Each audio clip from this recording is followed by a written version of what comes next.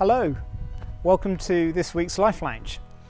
My name is Steve and I'm a chartered building surveyor, and today we're going to be looking at the whole area of maintaining our homes well.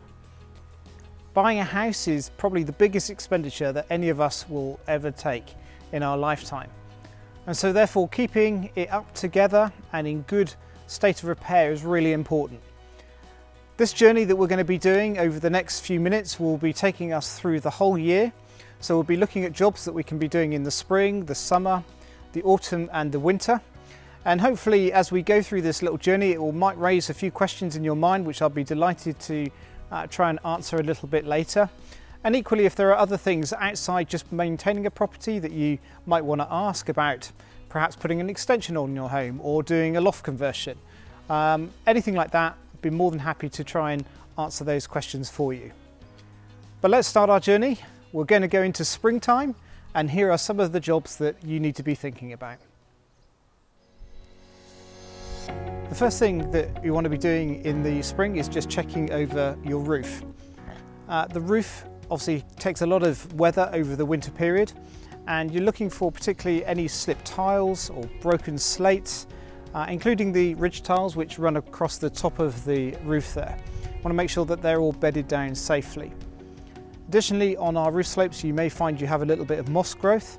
This will particularly take place on the northern slope where there's less sun shining on that slope, and therefore the moss tends to take more of a hold. We actually have a little bit of moss growth on our roof here by the Velux windows. What can happen over a period of time is that can build up and then can cause problems with the gutters and drainage, which we'll look at shortly.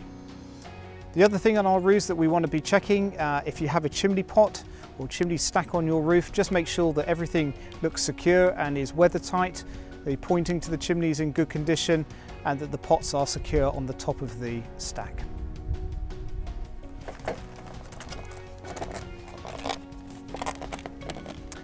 So our next job in spring is to look into our gutters just to make sure that they are clear of debris and detritus. We've got some moss growth that has fallen into our gutter here, and that will cause blockages within the gutter system and into the downpipes. So just get a simple trowel and bucket and scoop out your gutters. Obviously, if you're working on a two-storey home, please be absolutely careful in using ladders. Make sure that they are footed well and that you carry out these things safely. We don't want any accidents. On to our next point. So on some homes you have timber suspended floors. That's where the floor joists go across the ground floor area. We actually have a concrete floor, so we don't have timber floors, but if you have a timber floor, you will find that there will be some air bricks around the perimeter of the property. Really important to keep those air bricks clean and clear, because they provide a draft under the floor zone just to help prevent any build-up of moisture, which can lead on to wet and dry rot if it gets to an extreme case. So if you have air bricks, make sure your air bricks are clear, particularly over the winter where weeds and so on have grown into them. Clear them out, make sure they've got a good draft underneath, and that will keep your floor void nice and clear. Our next little spring cleaning job is to look at our windows. If you have PVCU windows like we do, make sure all the internal tracks and so on are cleared out of all the, again, dust and debris and cobwebs and everything else that's going on. One of the things you can do is just oil all the sashes and stays, particularly where we live in a marine environment. They can be affected by the salt air, so it's good just to oil those regularly. Now if you have a timber window, it's really important that you look after these. Obviously timber will rot after a period of time, so we want to be checking the condition of our windows and door frames and make sure that they are up to speed and ready to be used. If you're seeing any early signs of potential rot, now is the time to take some action. Make sure that those are treated properly, scarf in new timber, fill the timber with a 2-pack system, make sure they're decorated and ready for the summer months. So coming inside the home, one of the things that we can do is just pull furniture away from the walls, so your sofas, sideboards, wardrobes, that sort of thing. Got a piano here. What we're looking for is any possible signs of damp. The damp can come in two forms. It can be penetrating damp, which is water that comes through the wall and into the property. That's one form. Second form is condensation damp, which is caused by a lack of ventilation behind our furniture, and so when the warm moist air hits a cold surface, it can cause what's called black spot staining. And that's what we're particularly looking for, is any sort of signs of that sort of mold taking place. Now, there are products on the market that will kill that black spot staining, HD mold spray and similar like that. If you have any of those, just treat it with the mold spray, make sure that is thoroughly killed off, dry the wall, and if it's possible, try and create as much ventilation around your furniture to prevent the condensation staining taking place. Last couple little jobs just to check in the spring season is your thermostat on your wall, just to make sure that you've turned that down after the winter months. And if you have a loft space, make sure that your loft insulation is up to a suitable standard. Now, current regulations recommend around 270 millimeters of loft insulation is required to comply with the current building regulations. Most people will probably have around about 100 mil, 4 inches. So this is a good time just to check your loft insulation, make sure that is up and is nice and thick, ready for the winter months ahead. So we're into the summer months now, and one of the things that we can be thinking about is just looking at our patio furniture and just washing that down, making sure it's all clean for the summer patio season. And equally, our patios themselves will build up a lot of moss growth and detritus over the winter period, and that can be just jet washed away, or if you need to use a bucket and a broom, then just give it a light washing just to clean it and get it ready for the summer season. So the summer months are perfect for your external redecoration, whether it be things like fence panels or whether it be your building itself, windows, doors, etc. Great time to think about planning for external decoration. Now, if you're doing it yourself, then that's fine, but if you're thinking about using a contractor, remember they get booked up well in advance of the summer months, so don't leave it too late. But external decoration, really important activity to be doing on your home. So we're now inside the bathroom, and one of the things that we need to just double check on is the junction between the wall tiles and the bath. That sealant joint is really important, particularly where obviously showers are involved, to ensure that any water doesn't get around the bath and affect the floor below. We actually had a leak in here a few years ago where we had water around the edge of the bath, and it affected the ceiling down in the kitchen. So make sure that it's in good condition. If it's not, just rake it out and reseal it, and you should be able to use that then quite freely without any concerns. So one of the things that you can do with your boiler over the summer months is get it serviced. Obviously, it's not being used to quite the same extent as it would be during the winter. This boiler we have here is about 16 years old. We've had it serviced every year since we had it put in, and it's still running as good as new. So make sure you look after these, because these are expensive bits of kit to replace if they go wrong.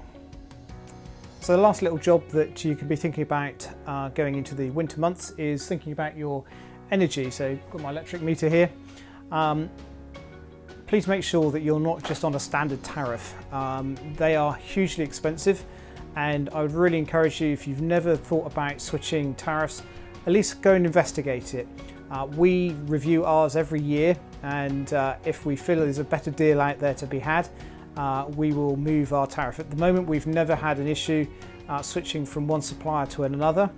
These are actually originally from British Gas, these smart meters, but then we moved away from British Gas to another supplier. So you do lose the smart functionality, but we got such a better deal that it was worth us doing. So please consider your energy consumption. So we're now into the autumn months, and if you have an open fireplace and a chimney, now is the time to get those swept and clean and ready for the autumn and winter season. And if you have central heating radiators, a wet radiator system, encourage you just to bleed all your radiators, which means basically you're getting the air out of the radiator system to make sure the radiator is totally full of water, and that means that the whole radiator will get hot when the heating comes on. Remember, if you're on a combination boiler system like we are, that will need charging up, so repressurizing the system, because as you let the air out, the pressure in the system will go down, and you need to recharge and repressurize your combination boiler. If you don't know how to do that, there will be instructions online. If you look for a manual on your company's website, they should be able to give you directions on how to recharge your particular type of boiler. So obviously in the autumn season, you're going to get a lot of leaf debris in your garden. So things to be watching out for is, again, looking at your gutters. So it might be a secondary look towards the end of the summer months into autumn to make sure that any leaves that have fallen are cleared from your gutters.